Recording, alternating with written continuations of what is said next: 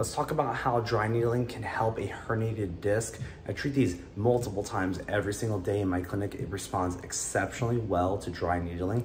Let me show you what's going on and how dry needling can help you.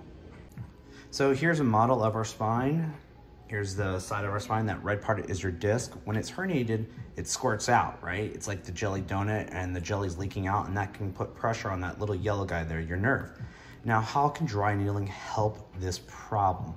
So your back is comprised of a bunch of bones.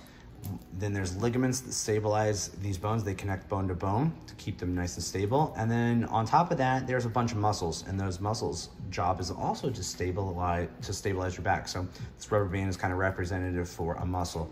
And so when it's at normal length, it's gonna be nice and stable. There's not gonna be no compressive forces. If that muscle has become short and tight, what that's gonna do is gonna cause unnecessary pressure. And you can see how if we got a lot of short and tightness that's compressing us here, that can make that herniated disc more irritable, right? And then that can irritate your nerve and cause pain. So with dry needling, what we do is we come in with a needle and we restore normal length to these muscles that have become short and tight by deactivating trigger points. What that does is it makes the muscle function normally, so we have a nice even amount of pressure and our disc doesn't have unnecessary pressure on it, causing irritation to the nerve root here. So what dry needling does is it restores function and normal length to muscles that are short and tight, therefore calming down the unnecessary pressure on our disc. We can also specifically target the nerves that are irritated and use some advanced techniques and use some electricity to reduce neurogenic inflammation or